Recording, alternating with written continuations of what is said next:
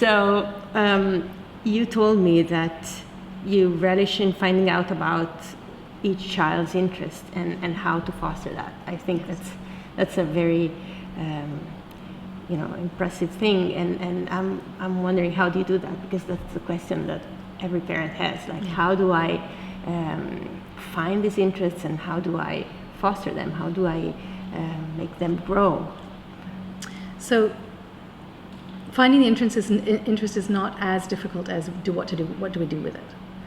I'll give you an example of when I moved to Calgary and I worked at the school there, and I had a child who was ready, age-wise, ready to read, but just had no interest whatsoever.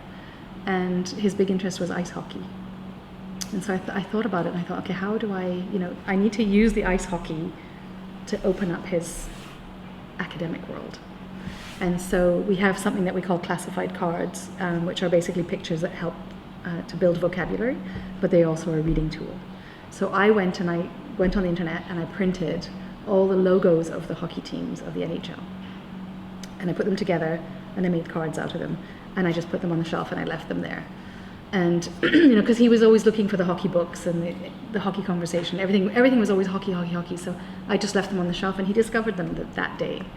And he said, well, what's this? And I said, well, that's just, we can just look at the logos and we can talk about them. And eventually I used that as a means to help him to realize that he could actually read the words and match them to the right picture. Because he knew the pictures, he knew all of them. He just couldn't read them. So that's where that was my entry into his reading, beginning of reading. That gave him the interest. We could say the sounds, the Calgary Flames. What sound does it begin with? Well, this is what it looks like. And so even at the age of 5, when he should have already, in the Montessori environment, should have already been doing those things, now he was interested. Now he had a reason to do it. So that's kind of that's how we build.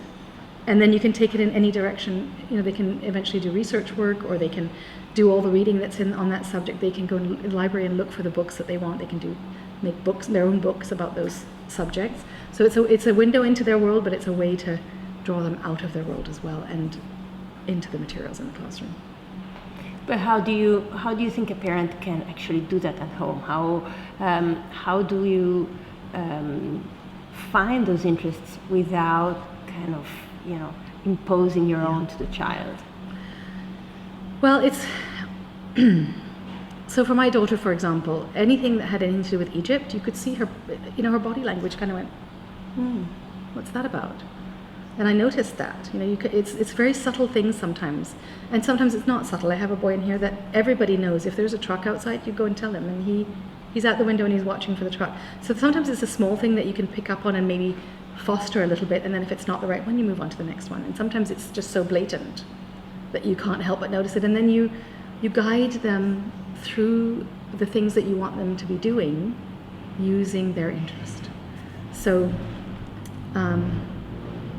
I know how much you love trucks, and we would love to go to the library and find some books on trucks, but we need to get your shoes on, and we need to get your coat on, we need to get in the car, or we need to have lunch, and so these are the steps we need to get through today, and we are going to go to the library and we'll get some, that sort of thing.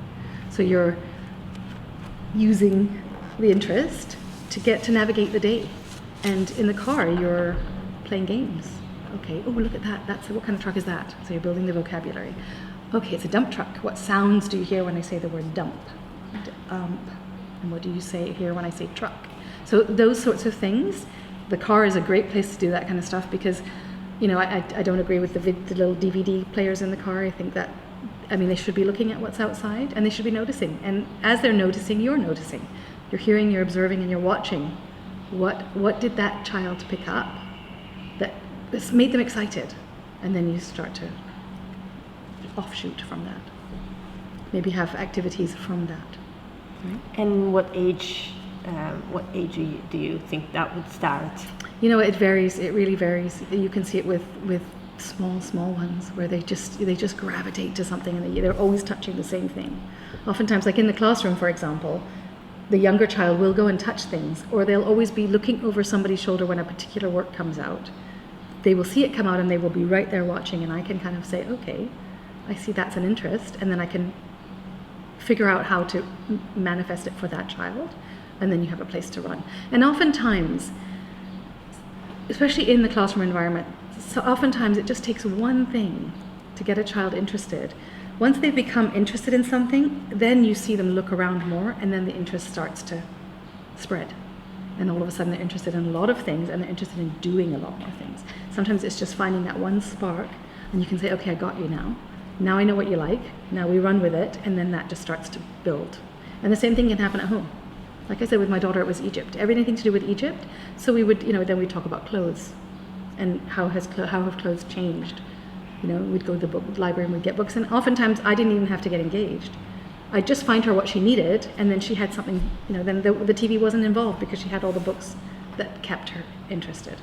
It's that sort of thing. And it's very hard because parents are very busy. There's a lot going on when you have children. But it's worth it. It's worth it. It's worth it when you see them bloom.